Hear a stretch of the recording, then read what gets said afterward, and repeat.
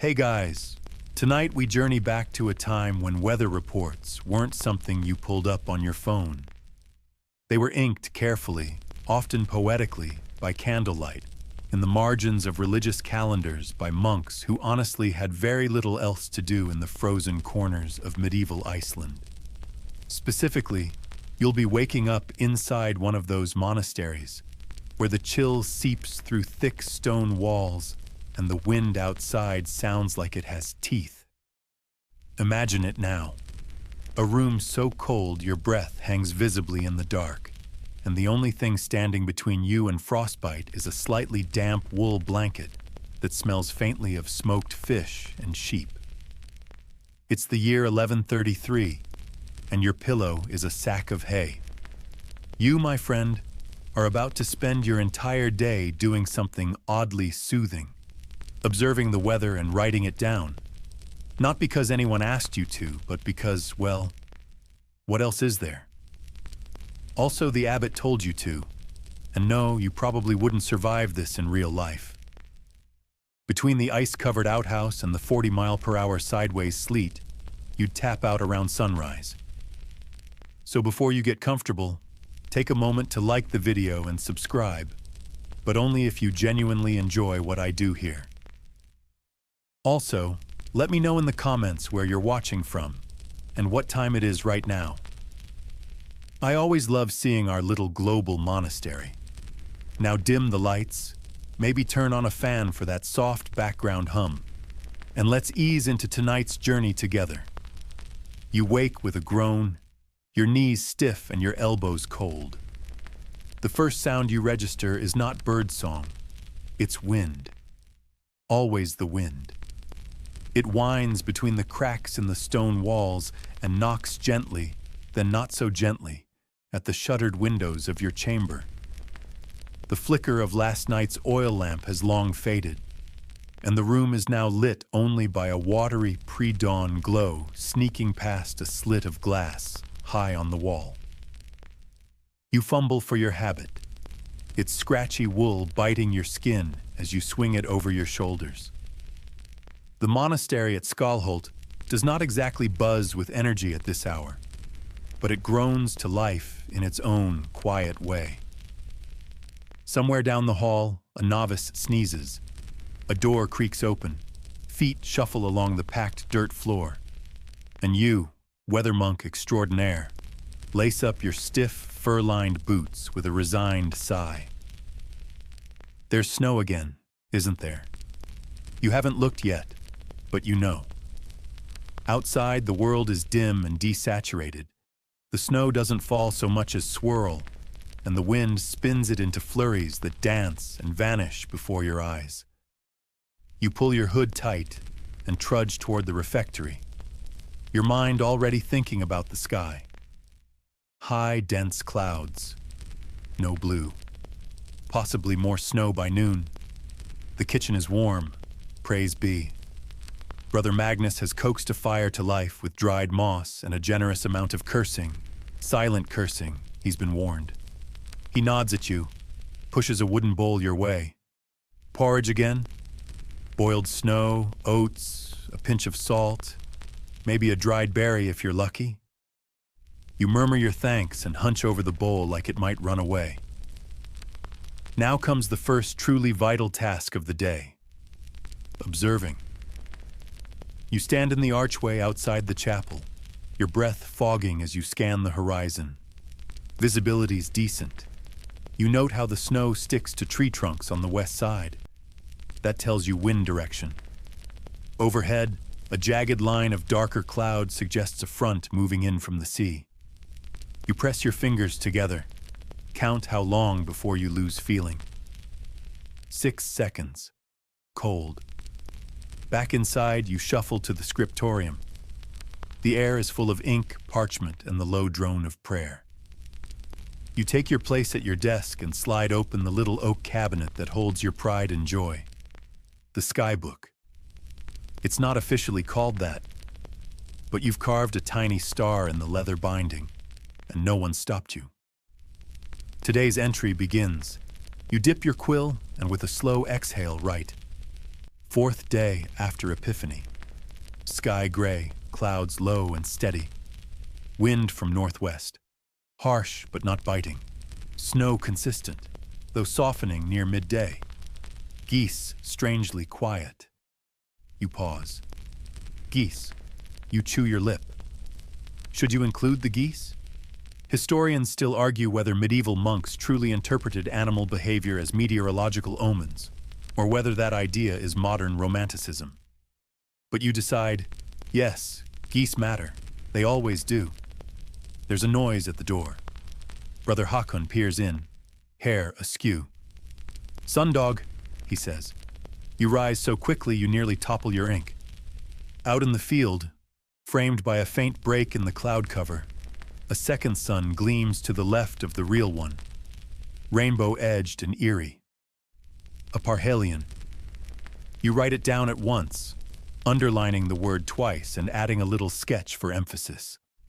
You note its position, shape, and duration. Back inside, your hands still tingling from the cold, you settle again beside the stove. You share a bench with Brother Stein, who's attempting to copy psalms while humming tunelessly. "Looks like frost tonight," he murmurs. You nod solemnly. That's an understatement. You can feel it in your teeth. The day drags onward in a rhythmic way. Prayer, food, chores, observation, writing. You mark the passing hours by bells, weather by clouds, moods by the way your candle flickers. As the light fades, you update the margins of the monastery's main calendar. This is the official record, where you note major festivals and changes in seasons. But alongside the Feast of St. Paul, you quietly inscribe, "Snow deep as knees, aurora faint red." The wind picks up again as night settles in, whistling through the beams like a low flute. You stretch your hands toward the stove, then slip your notes into their leather pouch. The abbot doesn't really care about the weather reports, but you do. One day, maybe centuries from now, someone will read them and understand that this snowstorm mattered, that this day was cold, but not forgotten. The monastery groans as the wind presses against it. You crawl into your cot, cheeks still tingling from the chill. Another day, another scribbled sky. Morning doesn't so much arrive as seep, slow and gray, through the high ice-rimmed windows of the dormitory. You're already half awake, because Brother Irikur's snoring has taken on the impressive cadence of a blacksmith hammering iron. Your knees ache. Your fingers, stiff from yesterday's note-taking, twitch before you even open your eyes. The thought of standing barefoot on the flagstone floor sends a shiver down your spine. But the bells won't wait, and neither will the sky. Outside, the world has disappeared beneath a fresh layer of snow, so uniform it looks painted on. You pause a moment under the overhang, scanning. The sky is still a blanket of milky gray, low and thick, but the wind has stilled. That alone is unsettling. In Iceland, wind is like a loud friend, always around, always yelling. Its sudden absence leaves a strange silence, as if nature is holding its breath. You wrap your cloak tighter and head toward the northern wall, where a rudimentary measuring post, essentially a stick jammed in the earth, but marked with notches, tells you just how deep last night's fall was. Up to your thighs. You whisper a soft whistle and scribble the figure into a wax tablet strapped to your belt. Breakfast today is gloriously dull. More porridge, but with the faint taste of onion. Why onion? You try not to ask. The cook is terrifying and swears the root cellar is fine. You eat fast and get back to your desk before your ink freezes.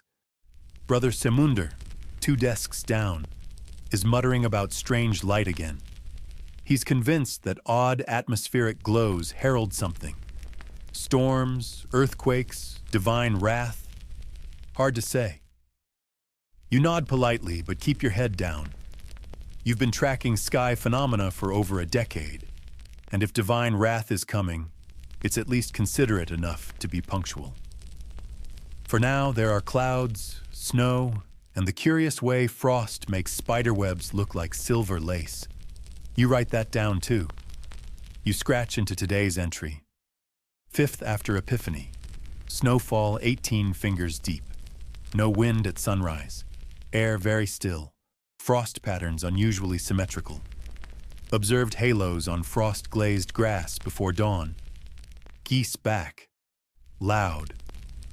The return of the geese, noisy, disgruntled, feels like an omen in itself. They honk madly as if they too are filing a weather report. You joke about it to Brother Stein, who offers a theory. Geese are prophets. You laugh, then pause. Maybe he's only half joking. By midday, the wind has returned, gentle but persistent, coming now from the east. You note the change, eyes skyward. East winds are odd this time of year. You mention it to the abbot. He squints at the horizon like the sky personally offended him and grumbles something about Danish storms. He's convinced any bad weather must come from Denmark. You return to the scriptorium and sit near the window, watching icicles drip rhythmically, tiny sun spears refracting light like forgotten runes. In the margins of your notebook, you draw a small cluster of them. You call it sun teeth. Will it mean anything to future readers? Probably not, but it means something to you. A parchment arrives from another monastery, carried by a boy with cheeks red as berries. It's a weather exchange, part of a system you and 3 other monks have devised, unofficially, of course. They're in Thingeyrar, over the mountains. Their letter reports similar snow levels, heavier wind, and something peculiar. A red mist at sunrise. That catches your attention. You sit back, chewing the edge of your quill. Red mist isn't unheard of. It can be dust, volcanic ash, even algae. But in this frozen north, it's rarely a good sign. Historians still argue whether these early descriptions were actual meteorological events or symbolic embellishments written by monks starved for literary spice. But this smells real. You write a return note asking for more details and end it with a light joke about the geese staging a coup. The messenger boy laughs politely. He's 11 and terrified of you. Afternoon chores mean helping clear snow from the church steps and checking for ice damage on the south-facing roof. It's more climbing than you'd like. You nearly fall twice, and when Brother Hakon throws a snowball at you and calls it testing wind speed, you vow revenge. Later, maybe with a freezing inkwell. Evening brings a strange calm. No bells for vespers. The bell rope snapped. You mark it in the skybook as if it's a meteorological event. Bell rope succumbed to ice at the 16th hour. South winds briefly ceased. Very quiet. Possibly ominous. You know future readers may laugh, but you hope they notice how seriously you took every detail. That night, as you scrape wax from the tablet into your parchment draft, you pause. The clouds have cleared a little. You spot the stars. This might seem small, but stars have been hidden for days. You count 12. One looks especially bright, low in the east. You sketch it quickly, wondering if it's just Mars again or something else. Back inside, your hands still tingling from the cold, you settle again beside the stove. You share a bench with Brother Stein, who's attempting to copy psalms while humming tunelessly. Looks like frost tonight, he murmurs. You nod solemnly. That's an understatement. You can feel it in your teeth. The day drags onward in a rhythmic way. Prayer, food, chores, observation, writing. You mark the passing hours by bells, weather by clouds, moods by the way your candle flickers. As the light fades, you update the margins of the monastery's main calendar. This is the official record, where you note major festivals and changes in seasons. But alongside the Feast of St. Paul, you quietly inscribe, snow deep as knees, aurora faint red. The wind picks up again as night settles in, whistling through the beams like a low flute. You stretch your hands toward the stove, then slip your notes into their leather pouch. The abbot doesn't really care about the weather reports, but you do.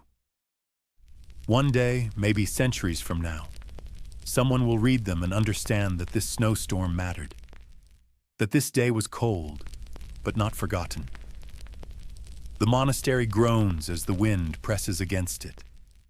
You crawl into your cot, cheeks still tingling from the chill. Another day, another scribbled sky. The next morning arrives sharp-edged and silver. You wake to the scrape of a shovel outside your window and the thick, crunching steps of Brother Halfdan swearing softly at a stubborn ice drift. It's barely light, just that ghostly Icelandic twilight pretending to be day. But the scriptorium already beckons. You yank on your boots, still damp from yesterday, and shuffle toward the outer door, slipping only once. The sky overhead looks like worn wool, stretched and pale. Clouds move sluggishly, east to west again. Curious. You scratch that down with your fingernail on the wax. Wind reversal? Check for pattern. As you trudge toward the south field to check the runoff ditch, you hear it. A faint, hollow moaning in the wind. Not a ghost, despite what Brother Otter would claim, but a sign the sea is changing. When the fjords start singing like that, it means warmer air is coming up from somewhere. Possibly trouble, possibly thaw. At the edge of the pasture, you stoop and run your finger along a frozen rut, noting how the top layer of ice has formed delicate glass-like curls. They're so fine you almost don't want to disturb them. You write, ice shells fragile today, like onion skin, then frown, that again. Your boots leave deep holes behind as you return to the cloister. The sun, if you can call it that, has finally decided to appear, low, gold, and fat, hovering behind cloud gauze like an embarrassed candle. You glance back toward the sea. There's a fog creeping in. Mid-morning, you're summoned to the archive chamber. The abbot's voice had that special tone again, the one that means someone's made a mess of the vellum inventory. Turns out Brother John scratched a goose-related poem into the margin of a century-old weather log, and now everyone's arguing about whether it's blasphemy or just creative context. You sigh. This is the third goose incident this week. While others bicker, you quietly slip into the adjacent weather vault. It's not officially called that, of course. Just the shelf-lined alcove of old monkish reports. But you've claimed it as your own sacred space. Here, the parchment smells of age and iron gall ink. You run your hand along the spines. Some scrolls here are nearly 200 years old. One, marked with a faded sun glyph, catches your attention. You unravel it carefully.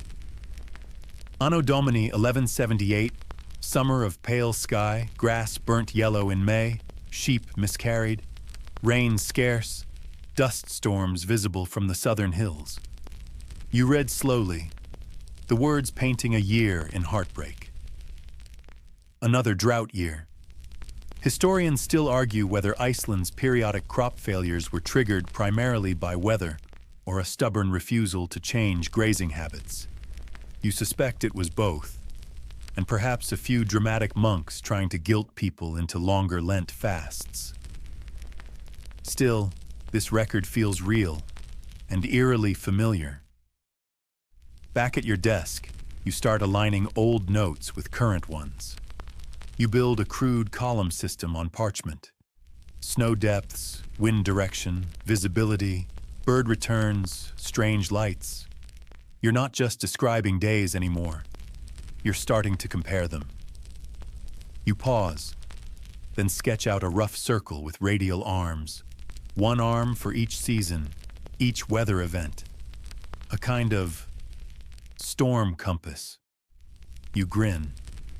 No one will understand this except maybe Brother Samunder, and he already thinks you're a weather prophet. Still, this might help predict shifts, or at least confuse future scholars. Either outcome feels like a win. Later in the dining hall, someone's actually baked bread. Real, warm, crusty bread. You nearly cry. Turns out a merchant passed through and paid in flour. While others eat, you sneak back out with a chunk still steaming in your mittened hand. Bread makes the perfect companion to sky watching. You hike a short distance past the chapel, past the old moss-ringed stones that some say predate Christianity here. You sit, legs dangling over a frozen creek, and stare upward.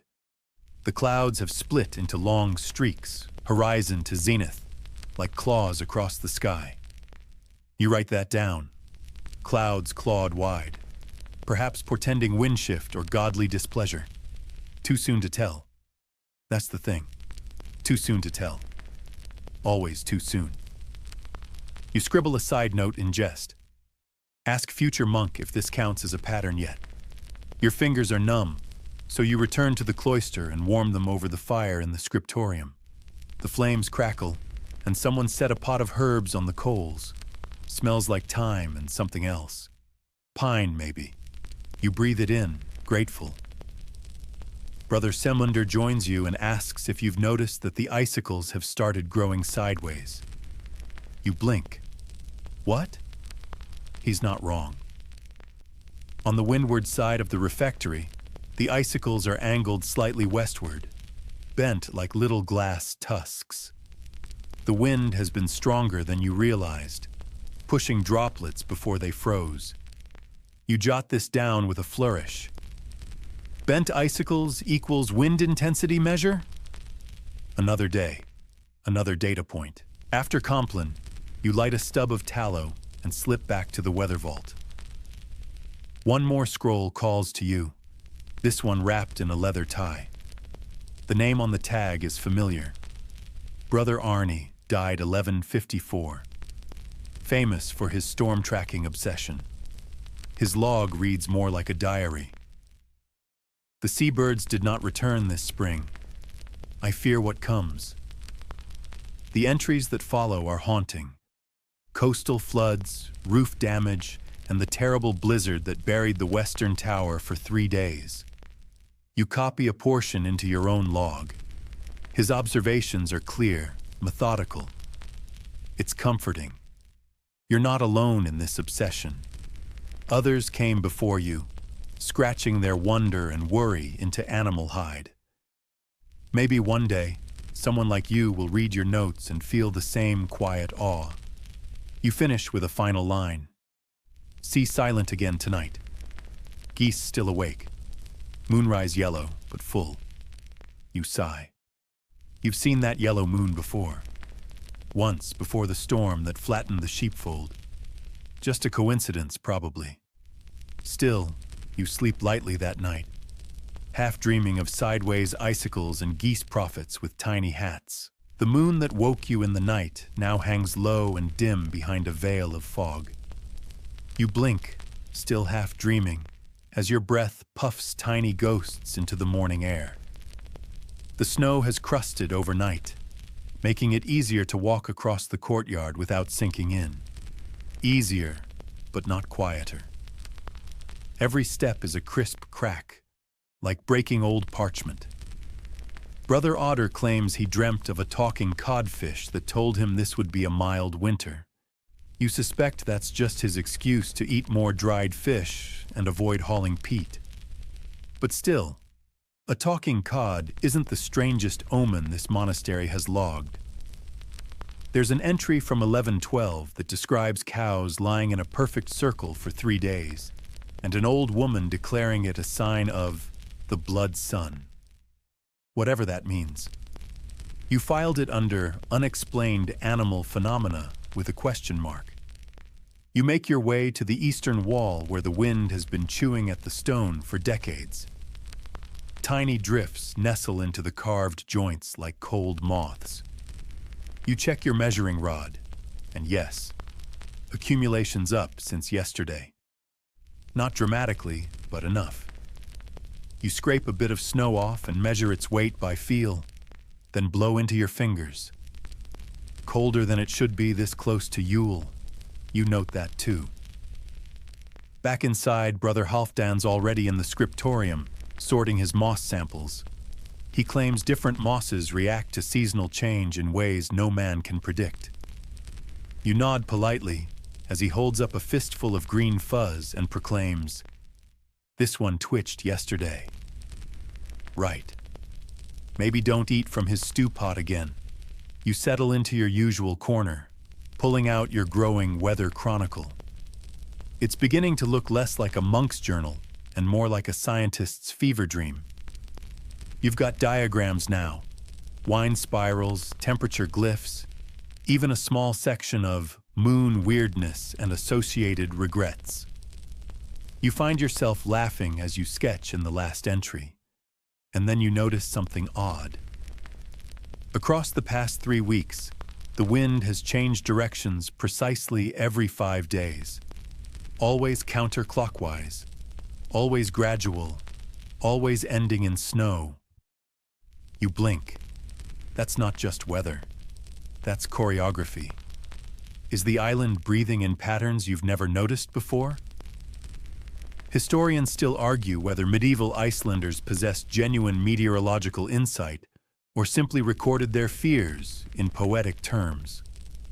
But what if those fears were really just early pattern recognition? What if Brother Arnie and his storm charts were more than aesthetic curiosities? The thought settles heavy on you, like the first snow that bends a tree just enough to whisper. You reach for one of the older scrolls, the one with whalebone clasps, and flip through hastily. There it is. On the 6th day of east wind, the sky bleeds white and silence follows. Silence. Like now. You push away from the desk and rush outside, and sure enough, the wind's gone.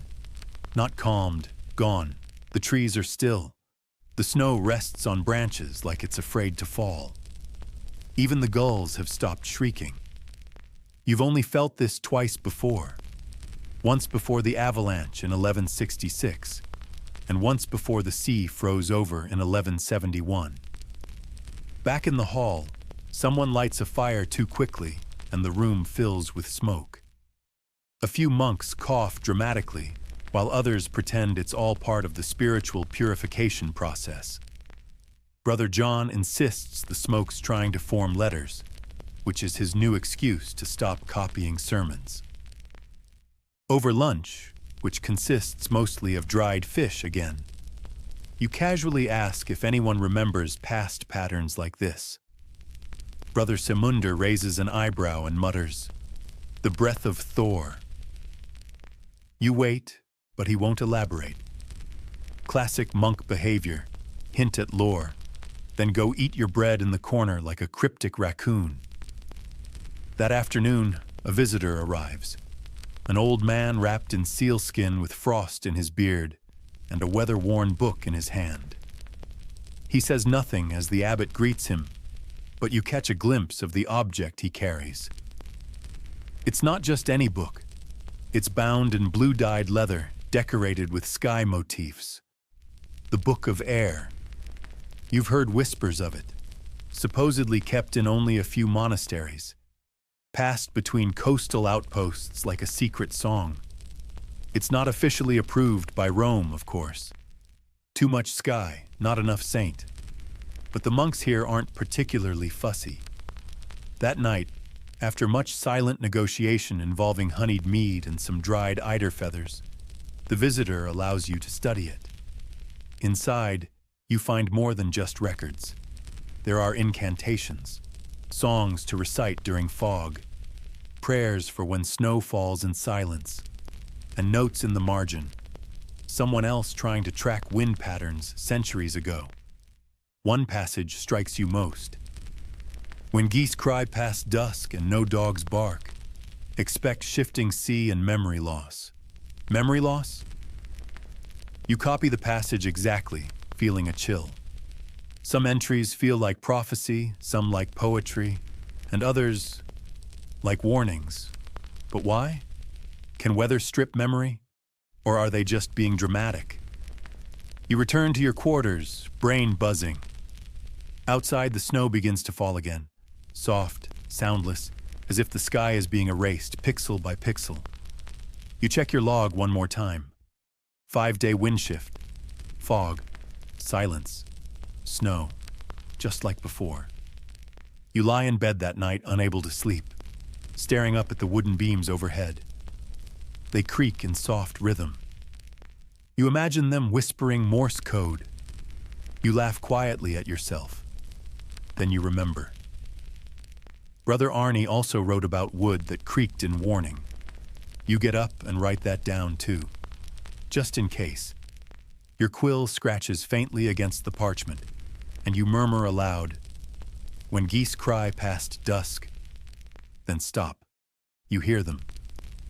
Distant honking, weirdly rhythmic, right outside the walls. Geese at night. You freeze. Even the talking codfish feels more plausible. You step outside, your candle flickering, and scan the yard. Nothing. Just the snow, soft and fresh and gleaming under that yellow moon again. You whisper into the dark. "All right, geese. What are you trying to tell me now?" No answer. Just one lone feather stuck in the snow. You don't sleep that night. Not properly. Not with that feather on your desk, glowing faintly in the moonlight like it's judging your lack of insight.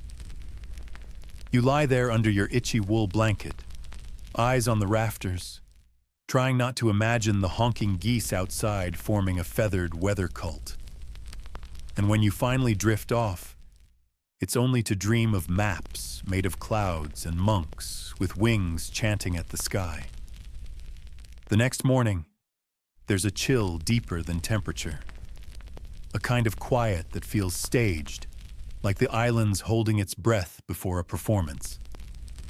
The fire crackles wrong. The bread tastes stale even though it's fresh. And Brother Seymunder, usually all mutters and riddles, just looks at you and says, "It's one of those days." One of those days? You head back to your records, flipping frantically through last winter's entries. And there it is, another mention of the geese. Faint scribble, barely legible. Heard geese after dusk. Sky went odd. Wind returned with anger. That last phrase, "Wind returned with anger," sits in your gut like a stone. You remember that week. One of the monks got blown off the latrine and into the nettle patch. A harrowing tale, told with too much glee. You check the old visitor's book of air again. Another note in the margin. Avoid prayer bells during goose warnings. Goose warnings. It's absurd. And yet, there's something happening here. Some dance between birds, wind, silence, and snow. A pattern you're just beginning to see. The problem is, the moment you notice a pattern, it shifts. Mid-morning brings another visitor, this time a younger man, soaked to the bone, his cloak steaming as he enters. He claims to have walked from a village 2 days away, following omens. He says a tree split in half while he prayed, and he heard whispers from a frozen pond. You nod solemnly. Iceland's weird like that. He presents a scroll, wrapped in lambskin. You open it carefully. Inside are weather glyphs unfamiliar to you, but there's a note attached. "For the keeper of the wind book," it says. You glance around. That's you now, isn't it? The glyphs resemble some of the diagrams you've started making, only older, loopier, like weather doodles with a purpose. You spend the next few hours comparing the symbols to your own charts. They match. Not entirely, but closely enough to raise a few monkish eyebrows. Historians still argue whether Iceland's early climate records were just scribbled diary entries or part of a much broader mnemonic system. Some believe monasteries developed entire symbolic languages to store data, weather runes, essentially. And here you are, staring at what might be proto-meteorological graffiti left by some ancient sky watcher with time on their hands and a flair for swirls. Outside, the wind returns, but wrong again. It whistles high like a flute, curling through cracks and keyholes. Brother John insists it's singing the melody to an old drinking song, and honestly, he's not entirely wrong. You hum along absently, making a note. Wind pitched in G minor, possibly festive. Then you get the idea to go to the tower. Nobody really likes the tower. It's old, unstable, and has that drafty energy that says, "Ghost monks welcome." But it's also the highest point on the land. And if you're going to figure out what's happening with this weather, you need altitude. So you climb. Each stair groans underfoot. Dust curls off the banisters. Spiders, probably sentient by now, regard you with vague annoyance. But finally, you emerge at the top, and there it is. The entire valley laid out like a snow-covered map. Villages in the distance, black dots in a sea of white.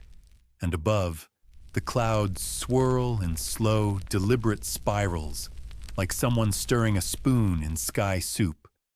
You pull out your parchment, sketching madly. Wind direction, cloud texture, temperature guesses based on the taste of air. Don't ask. It's a monk thing. Then you spot something peculiar. 3 birds flying in a triangle against the wind. Not with it, against it. And not fighting, gliding easily, like they've unlocked cheat codes. That's not normal. Back inside, you bring it up over dinner, hoping someone else noticed. Brother Halfdan perks up. "Ah, yes, spirit birds," he says with a mouthful of parsnip. "They show up when the sky's hiding something. Useful, also not reassuring." You record it anyway, adding to your avian omens and unexplained flight paths section. It's getting bulky. Later in the scriptorium, you find a poem wedged between 2 psalms. You don't recognize the handwriting. It reads, "When winds reverse and geese don't land, beware the sky that hides its hand. If clouds do spiral, moonlight fade, the watcher sleeps but wakes betrayed." Cool. Cryptic prophecy. Definitely what you wanted before bed. You consider showing it to the abbot but decide against it. He's still recovering from the smoke-formed letters incident and probably doesn't need more weather poetry in his life. That night, the snow stops. Completely. Just ends. No tapering off, no drizzle, no melt. It's as if someone turned off the snow machine. The world goes blank. You step outside and can hear your own heartbeat echo against the silence. And then, a soft click, like something snapping into place, or unlocking. You look up. The clouds part in a perfect circle. Not irregular, not weathered, perfect. A hole in the sky, revealing stars arranged not quite like you remember them. You rub your eyes. Still there. A cold wind brushes your face from beneath your feet. You sit down slowly in the snow and say aloud, "Okay. Maybe this is more than a hobby now." You pull out your journal, hands shaking, and write. Observed geese, reversed wind, silence, sky hole, unknown stars, vertical breeze. Further analysis needed. Possibly a message. Possibly a warning. Possibly I need sleep. As you close the journal, something whispers past your ear. Not the wind. Words. Just 3. Soft and old. Keep recording everything. You don't even flinch anymore. You nod and write that down too. It's well past midnight, and you're sitting cross-legged on the tower's frost-bitten floor, your breath blooming in the air like impatient smoke signals. The journal lies open on your knees, the ink barely dry on your last entry. Keep recording everything. You repeat the phrase silently like a mantra, trying to decide whether it was some lingering echo of Brother Thorer's nightly mumbling or, actual ghost weather instructions. You're not entirely sure which would be weirder.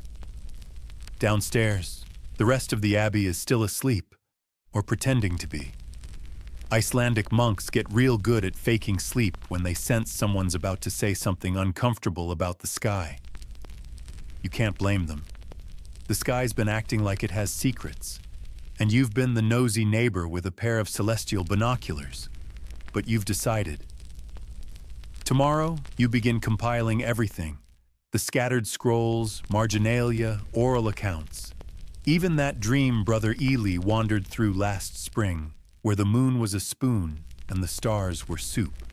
Every sliver of potential data, every chant that doubles as a barometer. You'll collect it all into what you'll call, somewhat pompously, the Codex of Weathered Whispers. Catchy, right? The sun doesn't rise so much as roll over and grumble into the morning. It's that kind of Icelandic half-dawn that makes you question whether the world forgot to turn on the light. You trudge down into the kitchen to find a bowl of porridge and Brother Samunder already awake, staring at a fog-covered window like he's watching it lie to him. Snow fell upward again, he says without turning. You pause. Again? He nods, pushing his spoon around like it insulted his family. Only 3 flakes, but all went straight up. Even the goat looked confused. You scribble the note mid-bite. Upward snow. Check. Back in the scriptorium, you unroll your parchment maps. Ink pots arrayed like paint for a cosmic painter who can't decide on a palette. You start sketching everything. The flight paths, the wind inconsistencies, the half-remembered folk songs about frost teeth and sky itch. You even pencil in a theory Brother John proposed, that when the sky gets too heavy with weather, it leaks dreams instead of water. Might sound silly, but after last night's sky-hole experience, who's to say? You start interviewing the other monks. Not formally, of course. You're not that kind of monk, but gently, weaving questions into conversation, like slipping herbs into stew. And boy, the stories they've been sitting on. Brother Ailey admits he's been tracking the tone of raindrops for months. Some fall sad, he says. Some sound like they want to tell you a secret. Brother Björn has categorized 10 types of fog, each with a corresponding mood. Type 3 is melancholic, he says, but in a poetic way. Type 7 is aggressively forgettable. And Brother Runer? He's been writing down wind smells. Spicy wind is trouble, he says, straight-faced. Always spicy before someone breaks a vow. You start to see it. The whole abbey has been dancing around this shared obsession for years. Too shy or too monastic to admit it. Weather isn't just weather here. It's language, theater, maybe even a religion. And you? You're becoming its accidental high priest.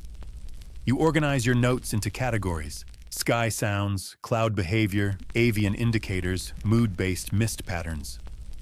One section, written entirely in symbols, is called the Goose Files.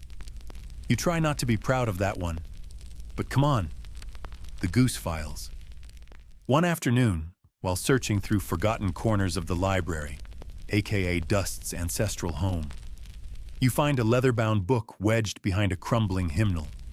It's untitled, unindexed, and filled with nothing but weather entries, centuries worth, written in dozens of hands, all anonymous.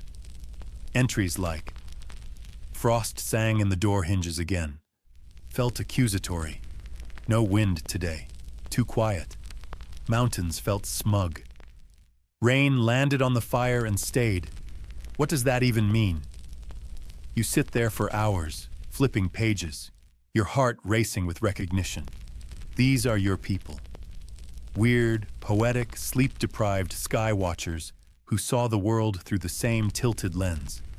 They wrote it down not because anyone asked them to, but because it needed to be remembered. Historians still argue whether these early weather records were serious data, spiritual metaphor, or just monks keeping themselves entertained during long, dark winters. The answer, obviously, is yes. You take the book to the abbot, expecting him to raise an eyebrow, call you dramatic, or maybe confiscate it for being too whimsical. Instead, he runs his fingers across the worn leather and says, "Ah, the sky book. I wondered who would find it next." You blink. Next? He just smiles.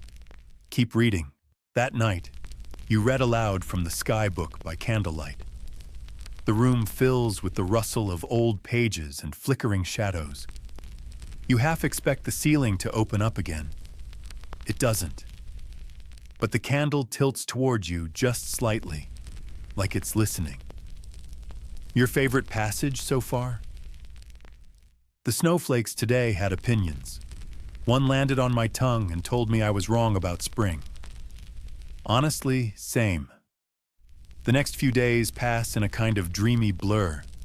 You're compiling centuries of poetic weather logs, listening to rain for emotional subtext, and trying not to assign personality types to clouds. But really, cumulus? Total extroverts. And the data? Patterns start to emerge. Recurring motifs in the texts. Certain phrases that only appear during specific conditions. Cloud teeth, for example, only shows up during solar eclipses and plagues. Sky breath tends to coincide with volcanic tremors.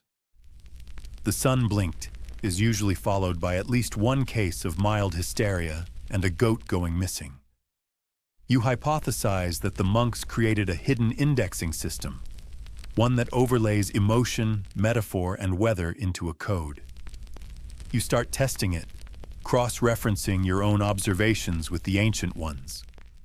And it works. Not perfectly, but well enough that you can now predict what kind of dream fog might roll in after a blood moon and a goose migration. That's not nothing. And then, one foggy morning, you discover the Whispering Well. No one told you about the well. It's tucked behind the garden wall, half covered in moss, a small stone circle that hums when you get too close. You lower a bucket and find a scrap of parchment floating there, waterlogged but legible.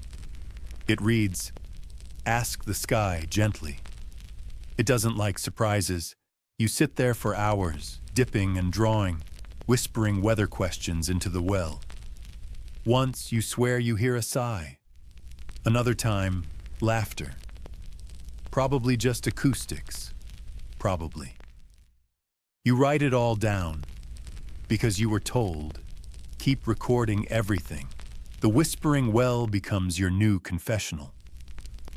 Every morning before lauds, you creep through the garden path, moss squishing under your sandals, breath puffing into the hush. You lower the old rope, not expecting anything, except maybe a ripple of insight from the sky's gossip pipeline. Today, the bucket returns with a single black feather and a small twig folded perfectly into a triangle. You blink, baffled.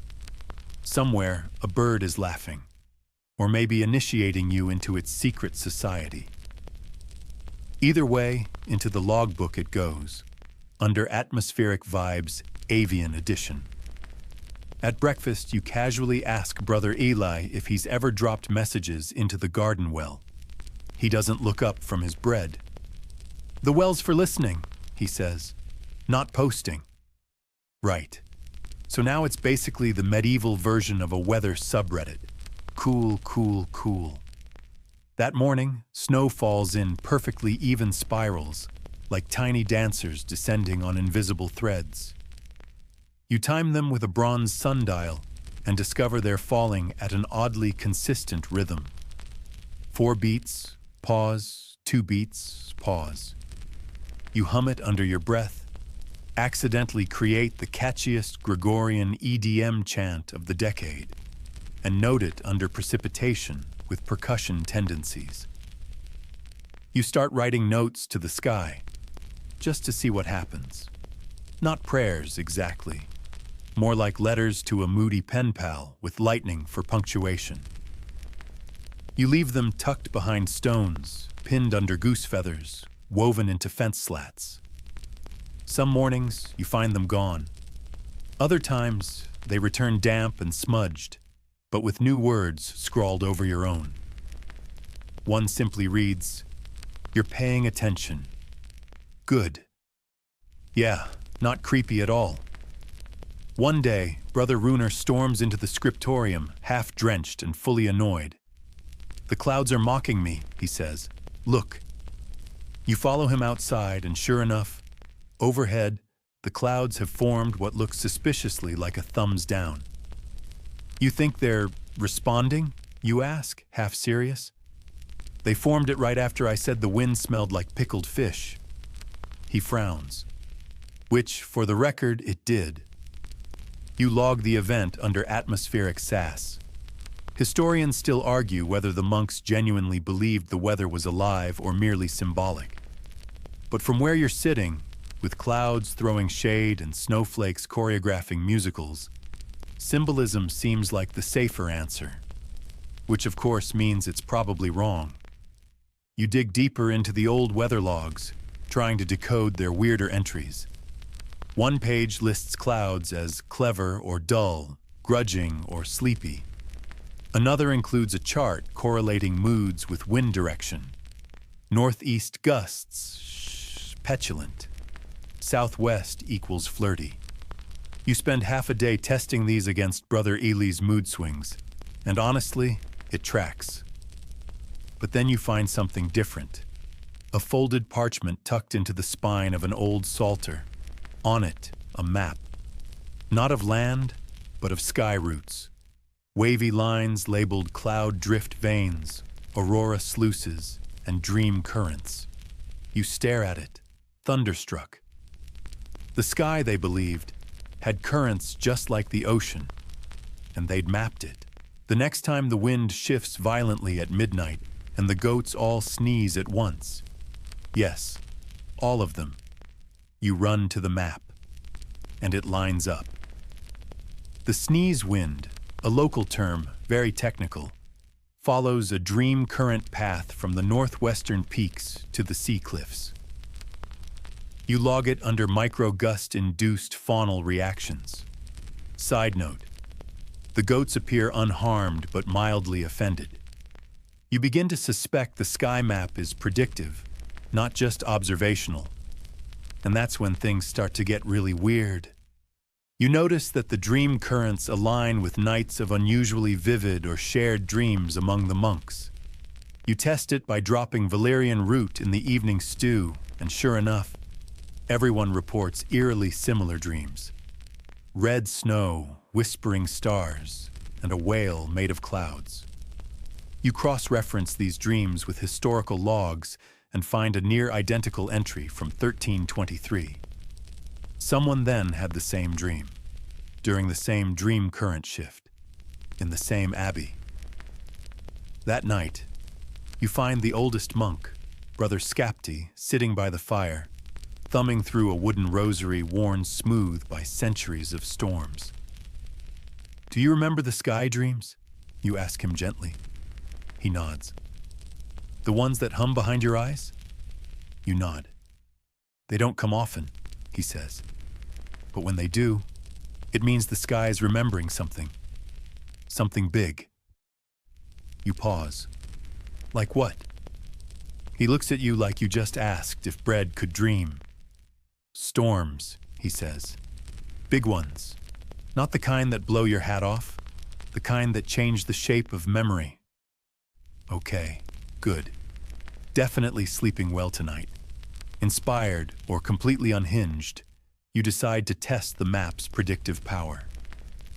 You announce to the brothers that tonight, based on dream current shift and cumulative weather omens, including a crow sneezing and a sudden craving for vinegar among the novices, you expect a highly poetic frost event.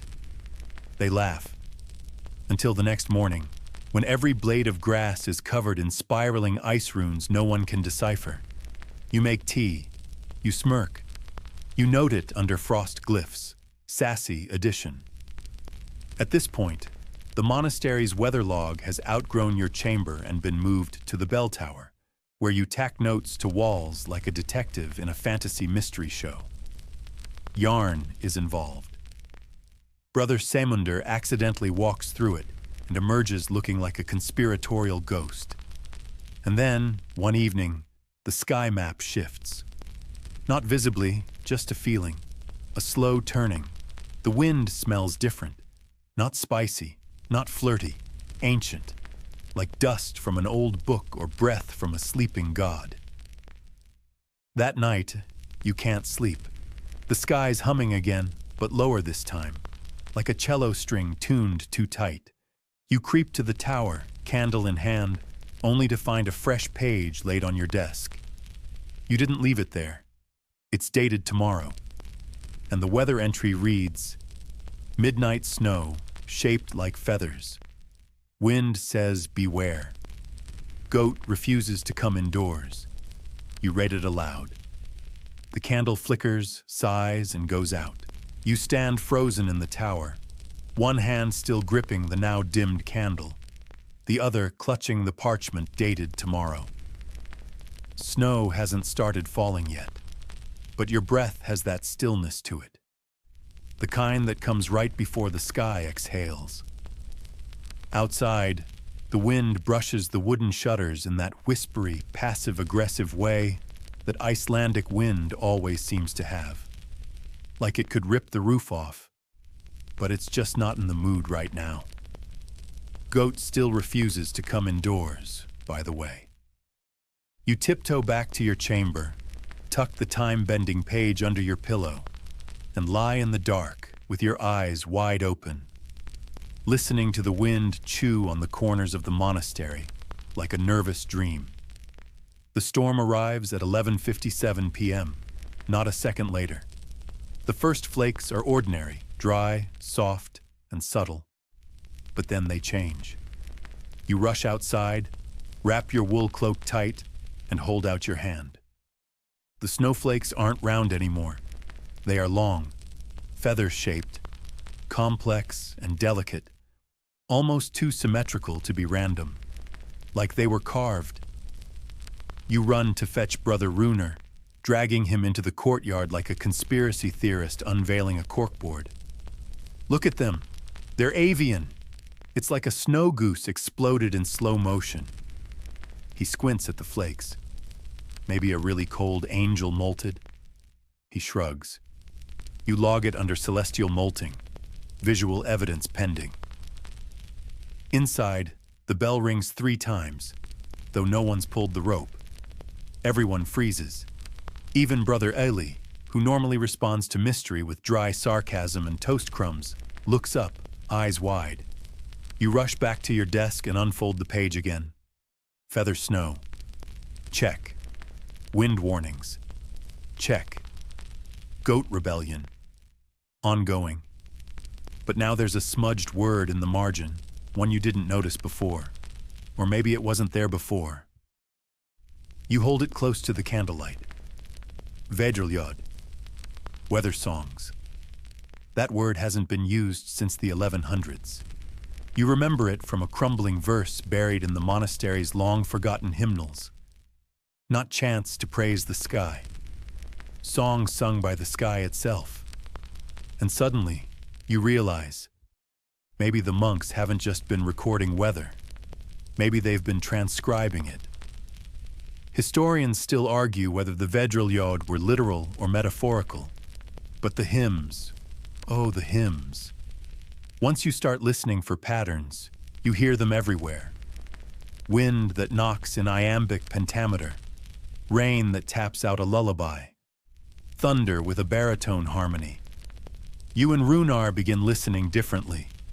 You string strips of birch bark along the cloister arches and note how each one flaps. They're tuned, almost. Then you pin hollow reeds to the eaves, tiny flutes that whistle when the wind passes through just right. One morning, the entire cloister plays a melody you swear you've heard before. An old Easter chant, but twisted. Slower. Colder.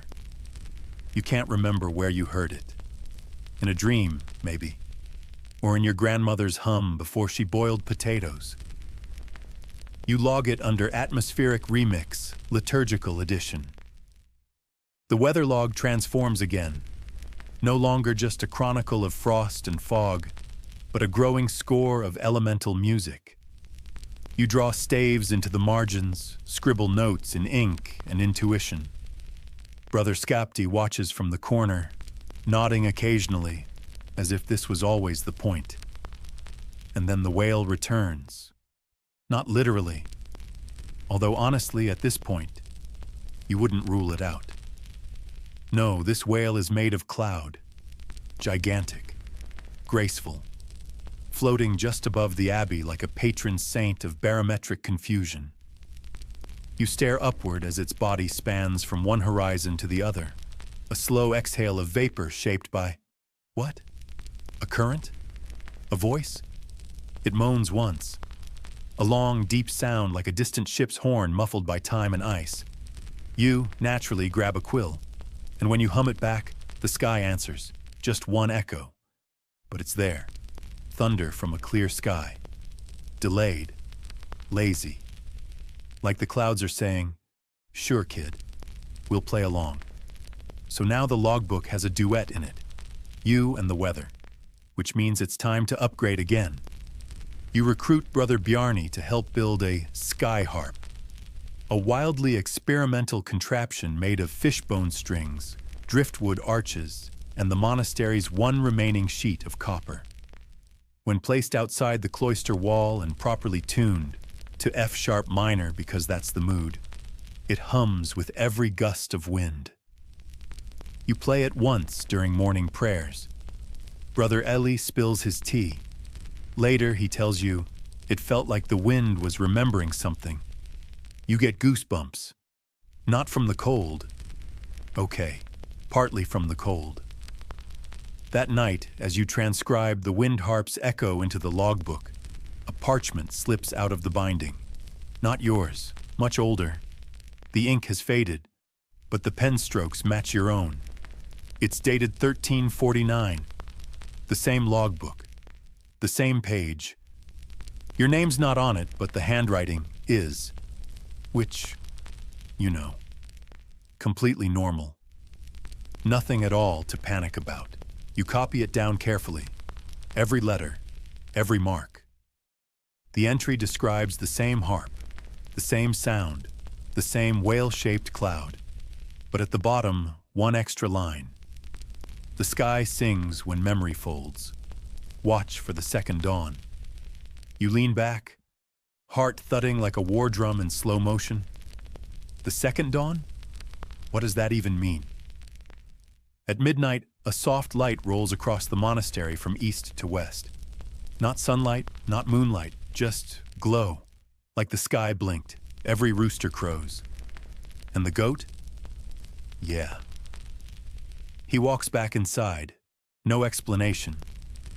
You log it under temporal glitch, barnyard confirmed. You can't shake the sense that you're not discovering things. You're remembering them, or more accurately, being remembered by them. The sky seems to know you now.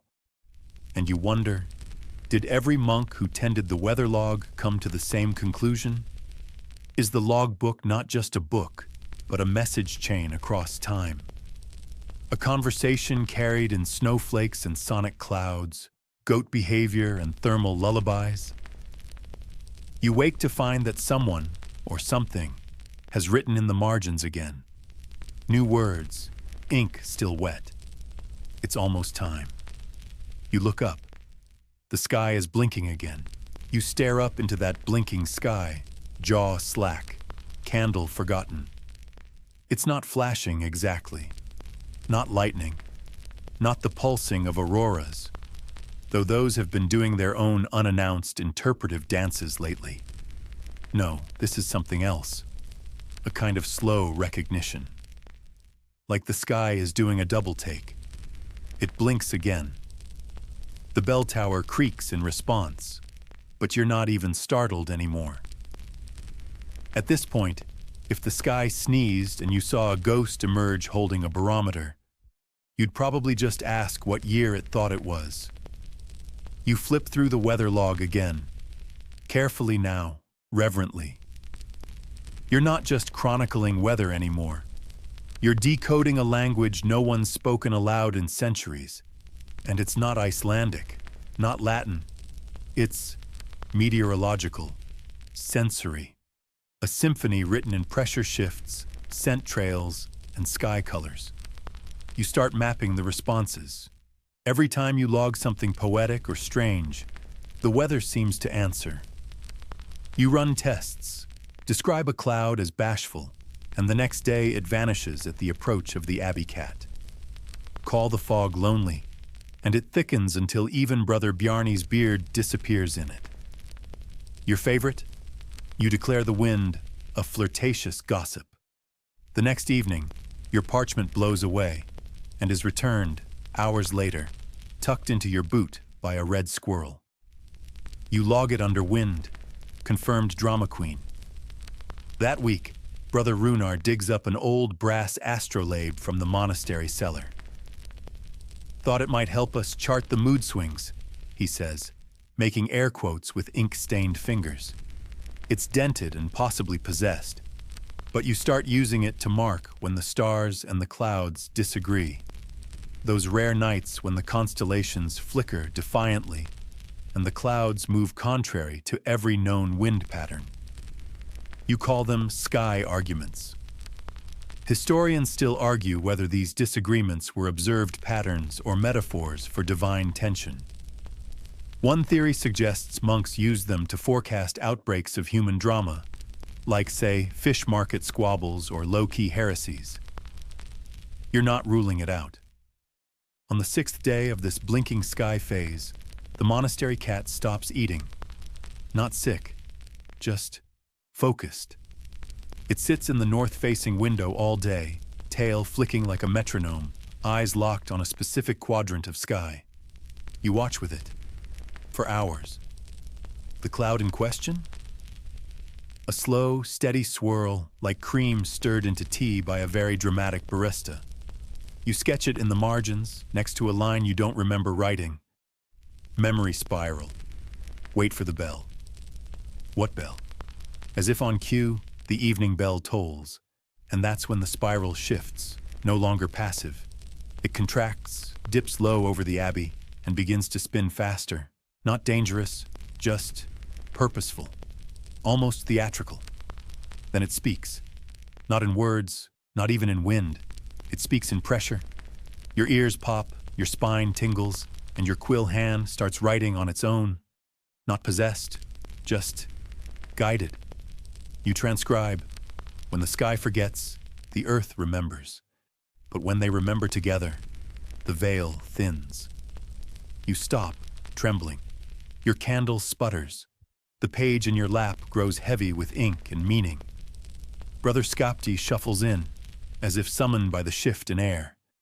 He glances at your writing, nods like he's seen this 100 times before, and offers you a mug of nettle tea. It's happening again, he says, not panicked, just tired. What is? You ask. The overlap, when the patterns wake up. Right. Totally normal tea-time chat. He tells you about an entry from the late 1200s, how the sky blinked, the spiral came, and monks started dreaming in identical symbols, circles within circles, spirals eating themselves, snowflakes shaped like hourglasses. The abbey documented the whole thing, and then forgot it, deliberately. They wrote it down, sealed it in vellum, and hid it. Not out of fear, out of respect, like they weren't meant to understand it all at once.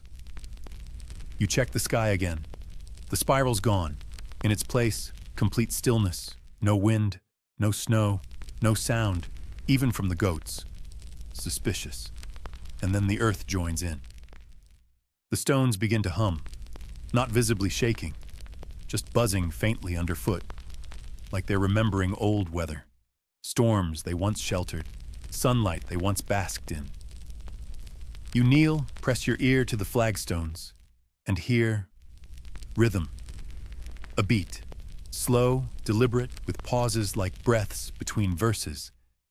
It matches a drum pattern you once recorded from icicles dripping onto a brass pan during a brief spring thaw, which means the earth is joining the song. You go full bard. You gather flutes, hollow reeds, and old clay jugs. You and the other monks begin playing the weather like an orchestra, not to control it, just to speak its language. And it plays back. Frost arranges itself in sigils on the window panes. A warm breeze circles your tower room precisely 3 times. Rain falls only in the monastery garden, just enough to spell a word in the soil before vanishing again. The word, remember. You ask Brother Skapti what happens when the sky fully remembers. He sighs and unwraps a hidden page from his belt, a copied leaf from the oldest weather book. It's brittle and smells like thunder. You read, "When the veil lifts, those who listened will hear not storms, but echoes. The world as it was, and will be again." The sky blinks one more time, and you finally understand. It's not warning you. It's inviting you. To what? You don't know. But the next snowflake that lands in your palm isn't cold. It's warm and shaped like an eye. You log it under weather phenomenon, kindly surveillance. Just before bed, you open the weather log again, exhausted and exhilarated. But this time, your entry's already there, written in your own hand. From tomorrow. The log glows faintly under your fingers, just enough for you to doubt yourself. Not a lantern glow, not firelight, just a gentle shimmer like moonlight filtered through frost. You trace the letters that shouldn't exist yet, your own handwriting curving where your quill hasn't yet danced. The entry is detailed, poetic, uncannily you. Tonight, the snow will arrive silent, each flake heavier than a thought, lighter than a promise. We'll hum the cloud song once more, and it will answer with thunder that doesn't echo. At midnight, we'll remember the warmth of forgotten stars. I will sleep with ink on my cheek. You check your cheek. Smudge confirmed. Outside, a hush has settled. Not silence. Hush. The kind of stillness that happens before the truth walks in without knocking. You glance over your shoulder, half expecting a medieval librarian ghost to tell you off for opening a restricted manuscript. But there's no one. You take a breath, deep and slow. Even the air tastes like déjà vu. Brother Runar passes your door, muttering about time folds and that stupid blinking sky again, holding what appears to be a set of antlers tangled with weather vanes. You don't ask. Instead, you flip ahead a few pages in your weather log and find more entries, written, ready, waiting, but only up to a point. The last page ends in mid-sentence, and when the stars sang, nothing, not even a blot of ink, just empty space daring you to finish the song. You could panic. You probably should. But instead, you make tea. Because apparently the fabric of time is loose around the cuffs, the stars are whispering, and you're a monk with a knack for weather-based time leakage. At this point, you need caffeine and calm vibes, not answers. So you wrap yourself in a woolen blanket the color of storm clouds and sit by the window with your mug, watching the snow begin exactly as the log predicted. Silent, contemplative, theatrical. The flakes seem to avoid falling on the abbey roof entirely, gliding past like shy visitors. Down below, the goats huddle together. They've started arranging themselves in circles at night, for reasons none of the monks want to question. Brother Skapti claims they're trying to tune themselves to the weather frequency. He might be right. Historians still argue whether these events recorded by monks were literal meteorological observations or metaphors for spiritual awakening. Some say the texts are coded philosophical musings. Others suggest they were experiencing shared hallucinations from herbal teas gone a little too wild. But no one agrees on why these patterns, the blinking sky, the spiral clouds, the predictive logs, appear across monasteries hundreds of miles apart at the same time. You make a mental note to test your nettle blend for prophecy side effects. The next morning, you wake with ink in your hair and frost on your blanket, not from the air, but from a dream. The dream had temperature, texture. You wore the weather in your sleep like a second robe, and in the dream, someone or something had spoken. Don't write to remember, write to awaken. You immediately log that. Fringe or not, it's your new weather rule number 42. Later that day, during your walk past the glacial pool, you spot a series of concentric rings rippling across the surface. No wind, no thrown pebble, just movement. You count the ripples. They match the number of stars visible overhead the night before. You write that down too. Suddenly you realize you're not just watching the weather. You're part of it. The monks begin calling this era the listening. You stop using the word forecast. That assumes a linear path. Instead, your entries shift to present tense poetics. Weather as consciousness, clouds as verbs, rain as memory, and, importantly, you're not the only one. Scrolls begin arriving from other monasteries, sealed with wax and static. They describe identical phenomena: blinking skies, spiral clouds, humming stones, and weather logs that write themselves. Some even include sketches that match your own, down to the curling pattern of a specific gust of wind. One scroll, from a monastery carved into a sea cliff, reads, "When we sang the fog into shape, it returned the favor by drawing a map in moss. It leads somewhere none of us have walked, but we all dream of it. So you try it." You and 3 fellow monks chant into a morning mist, carefully modulated using Brother Runar's suspiciously tuned brass bowls. The fog responds, not dramatically, just shifts and reveals. On the hillside, previously hidden beneath years of grass and snow, appears a spiral pattern carved into stone, identical to the cloud spiral you saw days ago. You press your hand to it. It's warm. A monk gasps behind you. A second pattern begins to form, right beside the first, carved not by human hand, but by the wind itself, dragging pine needles into precise alignments across the frozen ground. You sketch it, log it, whisper to it. The wind answers with a sigh you can feel in your molars, and you understand that this isn't just about monks being quirky with weather. This is ritual, remembering, a forgotten collaboration between human and atmosphere, revived through ink and curiosity. You dub the emerging discipline meteorognosis, the knowing of weather beyond the senses. Runar hates the name, but admits it sounds cool. At night, you dream of towers made of thunderclouds, of libraries where books drift like leaves and the temperature changes with every sentence. In one dream, a monk from the future hands you a stylus made of frost and says, "It's always been your turn." You wake with frozen fingertips and a half-written page under your pillow. Today, the air forgets itself and becomes memory. Dress accordingly. You smile. You've stopped questioning it. Because now, when you walk the cloister path, the snowflakes part for you like they recognize your tread. The sky hums when you hum, and when you write, the wind pauses to read over your shoulder. You are no longer a recorder of weather. You are its co-author, and the story's just beginning.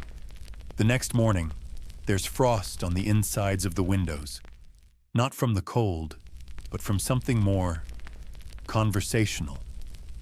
Like the air had things to say while you slept, and condensation was its chosen font. You blink through the crystalline calligraphy and recognize, to your mild horror and complete wonder, the opening lines of tomorrow's weather entry. Yes, the window is writing back now. You don't tell the others immediately. One, because you're not sure you're ready for Runer to insist on building a frost-translating harp. Two, because deep down, you're starting to like the intimacy of this strange dialogue between monk and meteorology. The weather is no longer something you observe. It's something you're in active relationship with, like an old friend with a dramatic flair for snow-based communication. Out in the courtyard, Brother Bjarni has invented what he calls the gust organ, a precarious construction of bamboo pipes, cod gut, and theological optimism.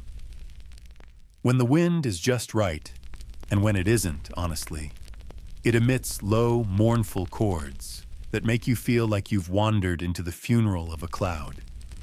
No one has the heart to dismantle it. Instead, you begin organizing daily weather listening sessions in the scriptorium. You sit in silence, watching ink dry in spiral patterns, while someone recites the latest entries aloud. It's a bit like church, but with more fog. One day, the fog thickens to the point that the sun vanishes entirely. You should be panicking, but instead you hear laughter. Not from the monks, not from you, from the fog itself. It's not mocking. It's more like cosmic ticklishness. You chuckle too because, honestly, fair. Historians still argue whether the fog laughter event was a mass auditory hallucination or an atmospheric phenomenon caused by unique acoustic conditions within the volcanic caldera. One theory suggests it was the Earth releasing seismic tension. Another claims the fog was simply enjoying itself. You don't argue. You record the decibel levels and smile. As the listening era deepens, something peculiar happens to time. It softens. Days stretch like sunbeams across sheepskin. Hours loop. You'll begin writing about the morning snow only to discover it hasn't fallen yet. And then watch, 2 paragraphs later, as it begins to drift exactly as described. Weather becomes less about forecasting and more about remembering in advance. This philosophical inversion shakes some of the monks. Brother John declares that reality is clearly a collaborative fiction between monks and moisture, and retreats to the goat shed for clarity. He returns 2 days later with an alarming amount of goat hair in his beard and a weather poem so haunting it makes the clouds cry. Literally. Rain follows him for 3 days like a melancholic entourage. Your own entries become more abstract. You stop listing temperatures and start describing moods. One log reads, "Today, the sky wears the face of a forgotten mother." We answer with silence, cloaks drawn, and tea steeped in reverence. And the sky does feel maternal, software vast. Slightly disappointed, but lovingly so. That day, the clouds form what can only be described as a frown. It's during this time that you begin experimenting with weather scripts, short, poetic incantations written with specific atmospheric goals. You try one intended to summon a comforting breeze. It works. Kind of. You get a breeze, yes, but it smells like freshly baked rye bread and triggers spontaneous napping in 3 monks and one very confused goose. You adjust the wording. By week's end, you've created a whole system. Tone, temperature, scent, intensity, all regulated by syntax and rhythm. It's meteorological poetry meets climate control, with a dash of divine mystery. Brother Runer, of course, begins wearing goggles during your sessions. In case of weather splashback, he claims. Eventually, you share your frost-writing discovery. The others don't doubt you. They simply nod like, yes, this too makes sense now. Brother Friedrich claims his ink bottle whispered the moon phase last week. Someone else swears the roof tiles rearranged themselves into a barometric calendar. At this point, nothing surprises anyone, including you. One crisp morning, you notice something new on the far wall of the cloister. Moss. Not unusual in Iceland, sure. But this moss grows in runes. Ancient, intricate runes you recognize from manuscripts in the abbey's most forbidden shelf. The ones monks aren't supposed to open unless they're actively being smote by divine light. You scrape some of the moss onto parchment and hold it to the sunlight. The runes shimmer. You translate slowly, reverently. They say, "Do not trap the weather. Let it speak you." And suddenly, it clicks. All this time, you've been recording the weather like it's a guest, a visitor passing through your monastery, offering stories and tempests in equal measure. But what if the weather isn't just passing through you? What if it's speaking as you? That night, you don't write your log. You simply breathe it. You step outside and let the wind carry your thoughts. You feel the snow settle on your shoulders like punctuation. You lie in the grass, listening to the stars whisper between gusts. And somehow, you know the log is being written. Somewhere. Somehow. Perhaps by the ice. Perhaps in the auroras. Perhaps in the very breath of the mountain. The next morning, you check your journal. The page is full. You didn't touch a quill. It reads, "We listened. The sky answered. We are not alone." You close the journal slowly, heartbeat like distant thunder, and you smile. Because the weather isn't done. Not by a long shot. You wake before dawn, eyelids reluctant, breath already aware that the morning will carry more than mist. You step into the cloister with bare feet, as if shoes might muffle something sacred, and there it is, the air, waiting. It doesn't move like air should. It hovers, humming lightly, the way a kettle might if it were on the cusp of boiling, but not quite. And right in the center of it all, a spiral of floating parchment scraps. Not fluttering, spinning, as if the weather had opened your wastebasket and decided to remix the best of your meteorological musings. The spiral slows when you step closer. You pluck a single scrap from the air. It's your handwriting, but the phrasing isn't yours. It reads, "Today, we consider the patience of storms." You blink. The letters shimmer and fade. You're not afraid. You're flattered? The monastery is quiet, still thick in pre-coffee slumber. But outside, the mountain wind is restless, tapping at the shutters like it's got gossip. You sit on the bench outside the scriptorium and exhale. A long, foggy sigh. The mist curls upward, mimicking a question mark. You wonder, quietly, whether you're becoming a weather monk or if the weather is becoming you. Historians still argue whether the Icelandic scribes of this era genuinely believed they were in conversation with the elements, or if it was simply an elaborate metaphor spun out from isolation and boredom. One camp insists the monks developed a form of proto-animism hidden beneath layers of Christian theology. Another suggests they were lonely, over-caffeinated, and had too many reindeer pelts to think straight. Neither theory accounts for what happens next. You're sitting with your weather log, chewing the end of your quill like a thoughtful marmot, when Brother Runer dashes in with eyes like a startled goat. "The sundial!" he yelps. You follow him outside to the monastery's sundial, crafted decades ago, carved with runes, and moderately useless during most of Iceland's long winters.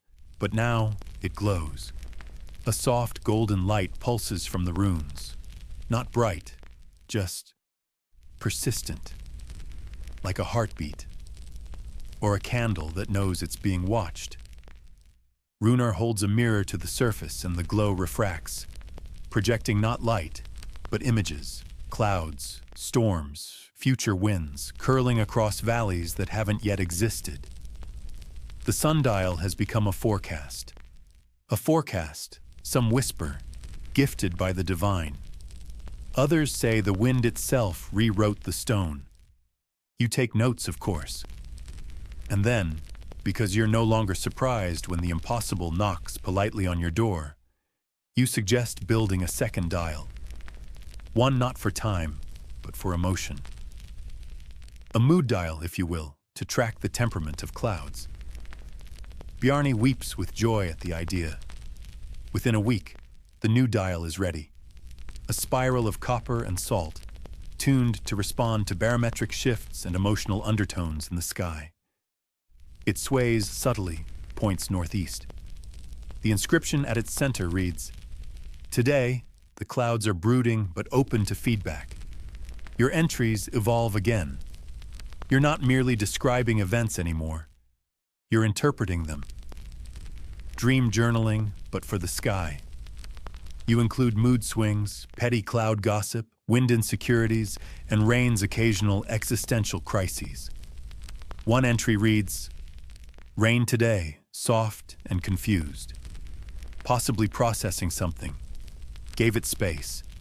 May return later with closure." The monks adapt. Weather interpretation becomes part of morning prayer. Brother John offers forgiveness to a cranky storm.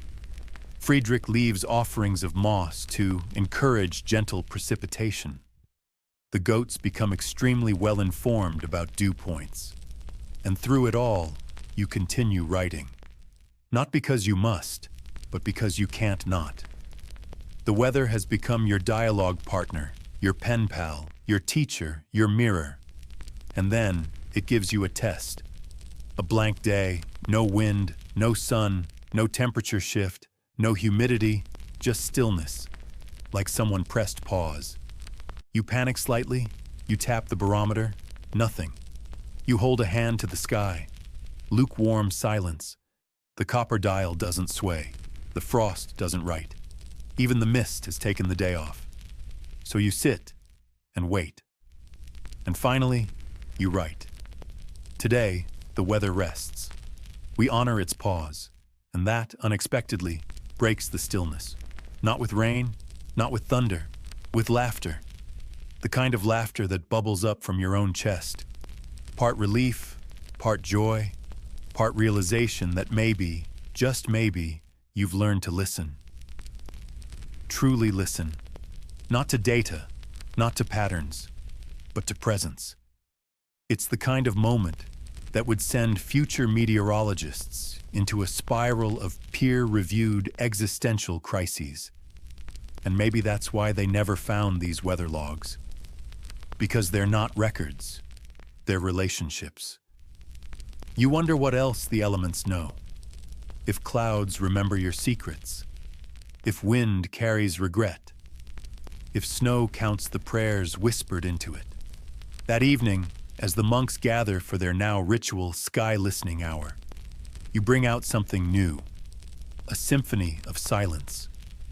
You don't write, you don't read, you just breathe together. A dozen monks exhaling quietly into the coming dusk, watching the sky soften from gray to the faintest pink. It's not dramatic. No sudden blizzards, no divine omens. Just air and presence, and the slow exhale of a day well understood. Later, you notice something on the back of your hand. A tiny symbol. It wasn't there before. And it isn't ink. It's a condensation rune. Perfectly formed. You don't wipe it off. You just smile. Because you understand. The weather has started writing you back.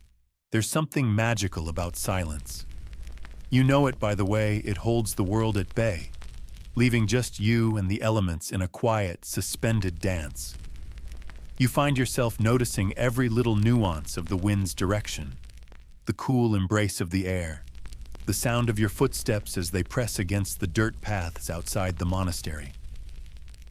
Today, the weather has returned to its usual rhythms, but now there's a new kind of reverence in the air, a sense of gentle understanding between the monks and the world around them. As you continue your daily routines, writing, observing, interpreting, you realize that what started as a quirky hobby, a pastime for boredom's sake, has blossomed into something deeper.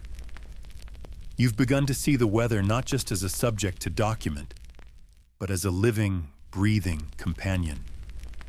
You start to notice patterns you hadn't before. The wind doesn't just blow, it whispers. The clouds don't simply pass.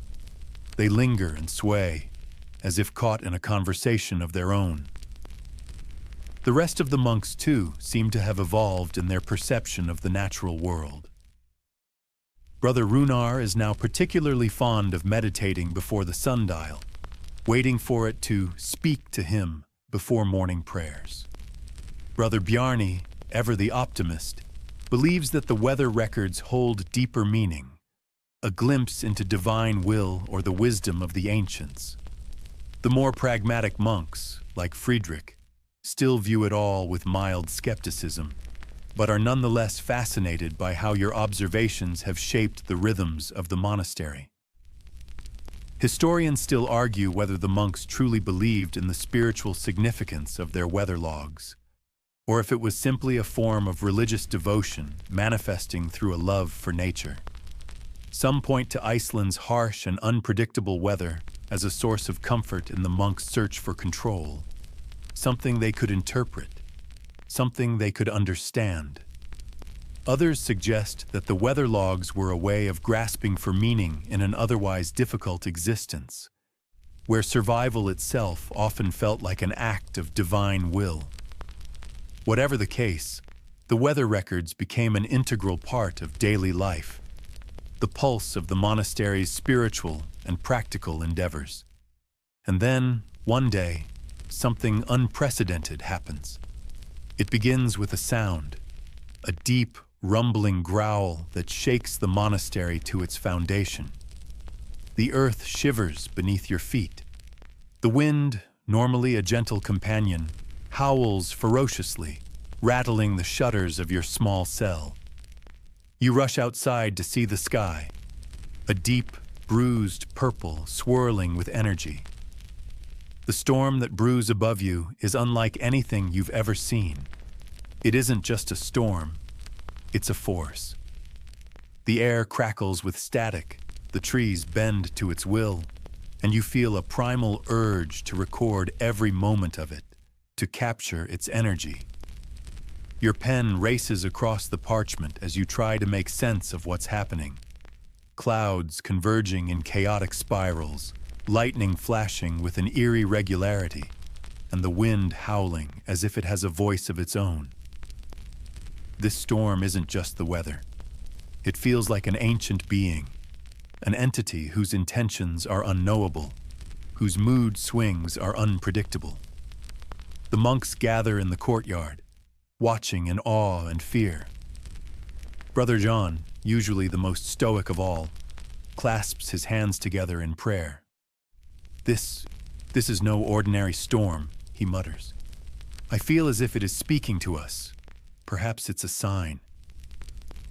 You write furiously, capturing the details, the sensations, the smells, the sights.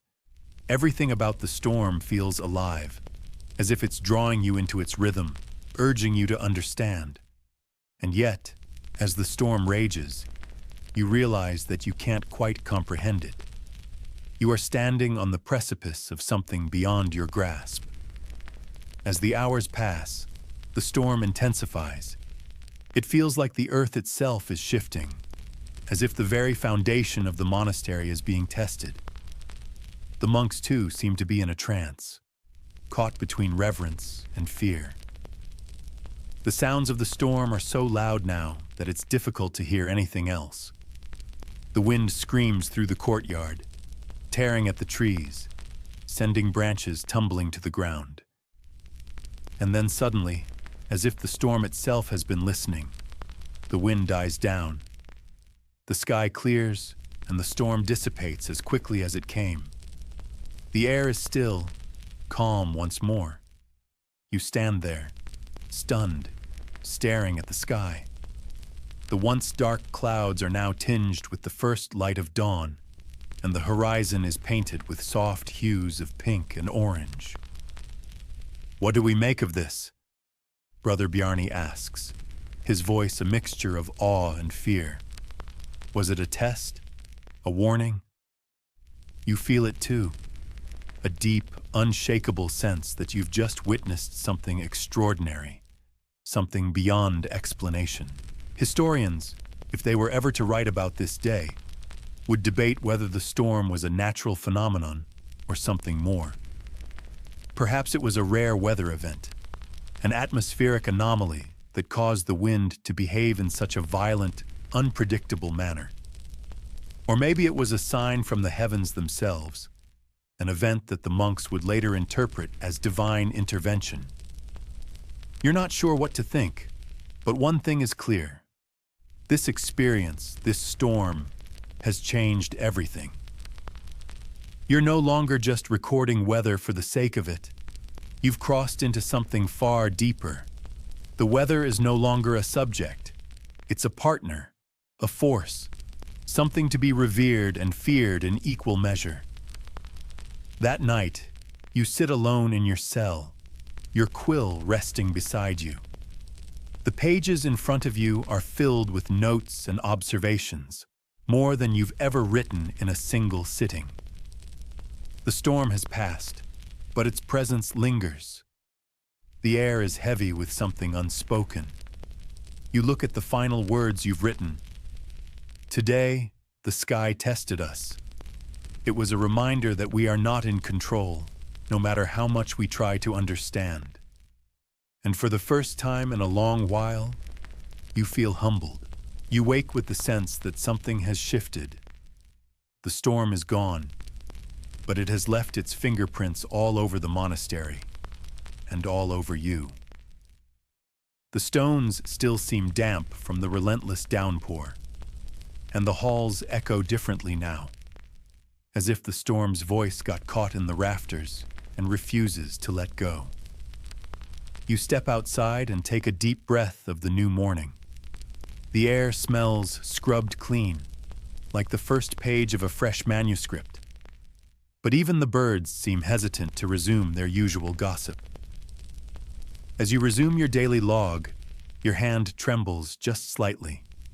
Not from fear, no, that would be too easy, but from the weight of what you're beginning to understand. You're no longer merely an observer.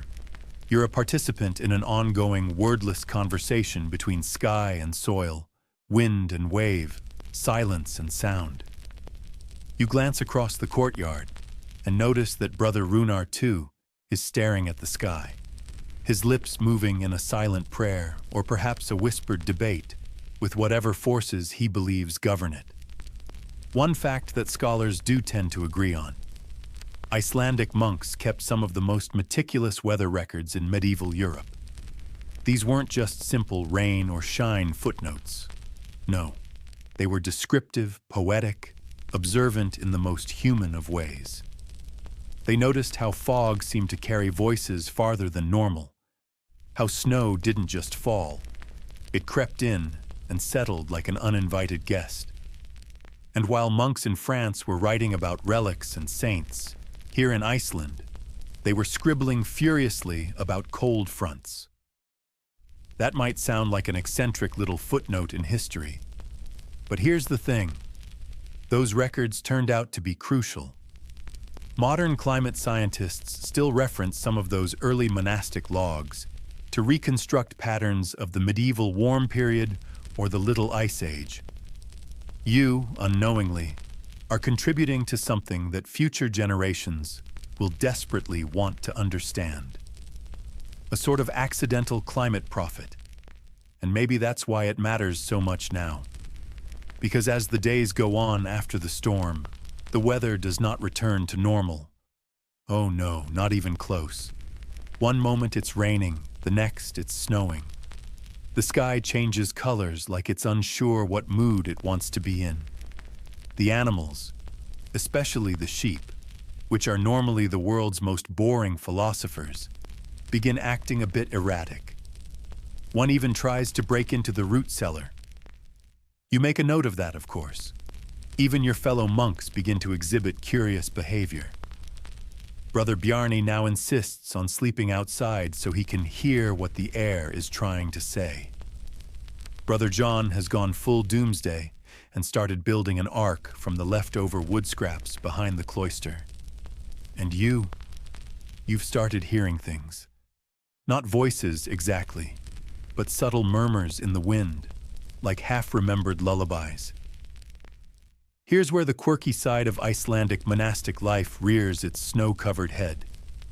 You recall the earlier chronicles about how some monks claimed to see omens in the clouds, or that dreams during snowstorms carried prophetic power. There's even that peculiar log entry from the year 1127 that describes a monk receiving counsel from the northern lights. Whether that was metaphor, madness, or meteorology is anybody's guess. But you're beginning to understand how a little isolation and a lot of weather can make the sky feel like it's trying to talk back. So you dig deeper. You begin cross-referencing old logs with current events. You notice that the storm you recorded came almost exactly 100 years after a similar entry, except that one claimed the storm arrived riding the shoulders of a fire serpent. Poetic nonsense? Maybe. Or maybe these monks were using metaphor to describe something real they couldn't otherwise explain. Aurora borealis, ball lightning, a volcanic gust. Historians still argue whether these accounts were exaggerated symbolism or encoded empirical observations. Did the monks genuinely think the heavens were sending messages, or were they just finding beauty in the chaos? There's no clear answer, but what is clear is that your days of fun weather recording have transformed into a full-blown obsession. You find yourself waking up at odd hours to scribble down changes in humidity. You memorize the shapes of clouds and compare them with past sketches. Your fingers are permanently ink-stained, and your robes smell faintly of damp parchment and soot. You even start timing the wind. Yes, timing it, just to see if there's a rhythmic pulse to it. A beat, a heartbeat. There's something eerie about discovering patterns in the seemingly random. It's like the world is trying to confess something to you, but only in fragments, like a riddle spoken through gusts and sunlight. It's both exhilarating and just the tiniest bit terrifying. Because the more you begin to understand, the more you suspect that true understanding may be impossible. Brother Friedrich, surprisingly grounded for a guy who fasts for clarity, gives you a nudge one evening as you're pacing in the courtyard, watching the stars. You know, he says, maybe the weather isn't meant to be solved. Maybe it's just experienced. You nod, but you don't believe him. Not really. You remember how it felt when that storm broke open the sky. That wasn't just weather. That was a message. And you still don't know what it said. The next day, you climb a nearby hill, one that gives you an unobstructed view of the sky. You bring nothing but a blank parchment and your favorite pen. You sit. You listen. And for the first time in weeks, you don't write anything. You just observe. You notice how the light dances on the snow, how the breeze seems to pulse, how the horizon breathes in and out like a sleeping giant.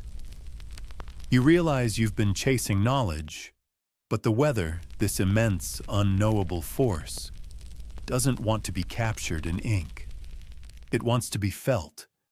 It wants to be lived.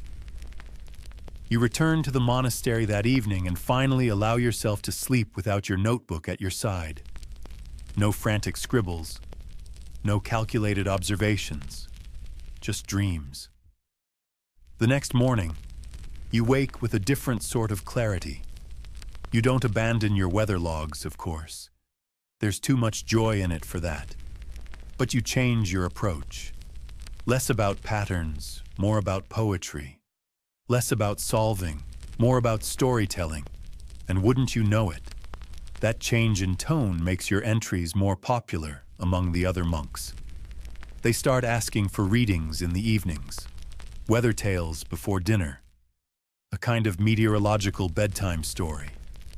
Your words begin to ripple through the community, and even visitors from nearby villages come asking to hear what the clouds said today. The sky, it turns out, is the oldest storyteller. You're just its translator. You step outside the cloister one last time this winter, breath fogging like a small dragon's sigh. The monastery grounds stretch out before you, half covered in snow and shadow, as the low Icelandic sun smears pale gold across the sky. Somewhere behind you, Brother Bjarni is reciting yesterday's temperature aloud, like it's a psalm. The old goat. You chuckle quietly, wrapping your cloak tighter as you head toward the garden path. The frost crunches under your boots, and every sound feels magnified in the thin air. Bird wings, distant waves, the creak of branches adjusting to the cold. You're not in a hurry anymore. The urgency that once drove you to chase every cloud, every pressure drop, every suspiciously warm gust, it's softened, matured, like skyr left in a cellar too long. And yes, that's a metaphor the monks here would absolutely use. The community has changed with you. What started as Brother Otter's weather hobby has turned into a sort of institution. A whole room in the West Wing now houses your records, each page pressed flat between rough boards, each log numbered and dated, and occasionally lightly singed when someone gets too enthusiastic with the hearth fire. And they still argue about it. Oh, do they argue? One day you overheard a full-blown debate in the scriptorium over whether your note about the sunlight tasting like copper indicated volcanic ash in the air, or just a weird dream you'd had after eating too much salted fish.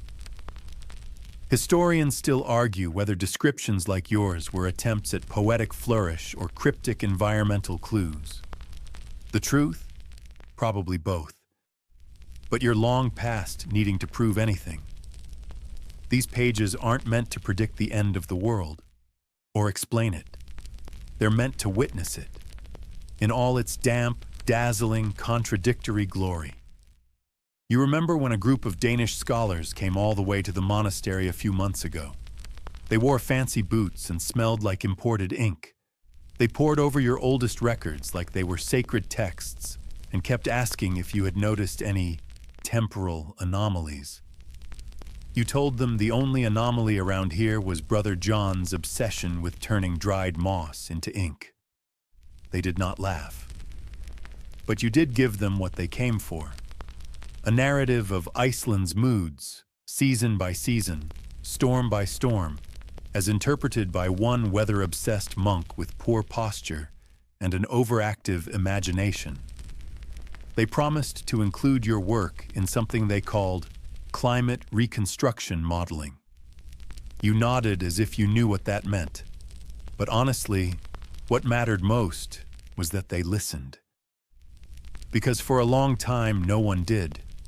Your observations were dismissed as eccentric, your metaphors mocked as indulgent. But now people understand. or at least pretend to, that you were trying to make sense of a world that refused to sit still. And that brings us to today. You duck into the weather room, the one lined with your lifetime of logs. You run your fingers along the spine of a leather-bound book and pick it up. You flip to a page written 30 years ago, a description of a storm that felt like a wolf's breath. You remember writing that.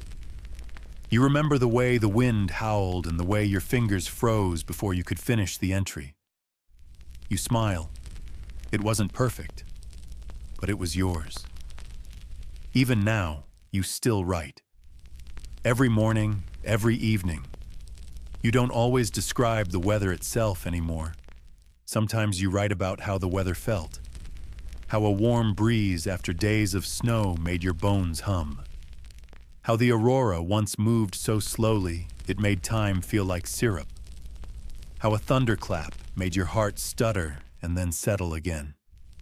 There's something funny about becoming a legend while you're still alive.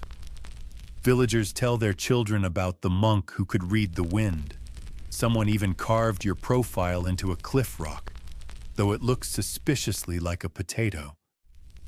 Still, you're grateful. And not just because of the recognition. You're grateful for the silence you learned to listen to, for the clouds that taught you patience, for the rain that taught you rhythm, for the snow, which never apologized for falling wherever it pleased. All of it, every flake, gust, ray, and ripple, was trying to tell a story. And you listened. The other monks continue your work now. They've turned it into a kind of ritual. Some mornings you hear them reading your older entries aloud in the refectory, sipping steaming broth while the wind batters the windows. And it's not just for the science anymore. It's for the comfort, the familiarity, the knowing that someone once stood in this same courtyard, looked up, and tried to understand. You have become part of the monastery's soul. And in the end, it's not about weather logs or climate patterns or proving that a monk can, in fact, be cool. It's about presence, attention, curiosity. It's about noticing when the wind shifts just slightly and choosing to care. Because that's what weather really is, isn't it? The world reminding you that it's alive, that it breathes, that it changes, that you do too. And now, as you look out over the sea once more, gray and heaving, you realize something else. You didn't just record the weather. You became a part of it. Your words, your ink, your memory, woven into every gale and glimmer. You didn't just observe history. You lived it. And now the wind quiets. The candlelight in the scriptorium flickers but holds. You feel the warmth of the fire crackling beside you, the steady rhythm of logs settling as they burn. Outside, the last of the snow falls with the gentleness of a lullaby. No more records tonight. No more patterns to trace. Just the soft hush of Iceland breathing in the dark. The quills are resting. The parchment sleeps. You've done your part. Not just for the day, not just for the season, but for something longer, something eternal. A small voice in the storm that said, "I see you." A voice that will echo long after your robes have frayed and your boots have finally worn through. The monastery holds your stories now, your weather and wonder, your metaphors and measurements. They'll last as long as the stones do, maybe longer. So you stretch, you sigh. You lean back into the wooden bench, creaky and familiar. Your heartbeat slows. The wind outside hums a familiar tune, soft and low. You let yourself drift, one breath at a time, into the quiet you've earned. The sky watches over you, and the clouds, they whisper only peace.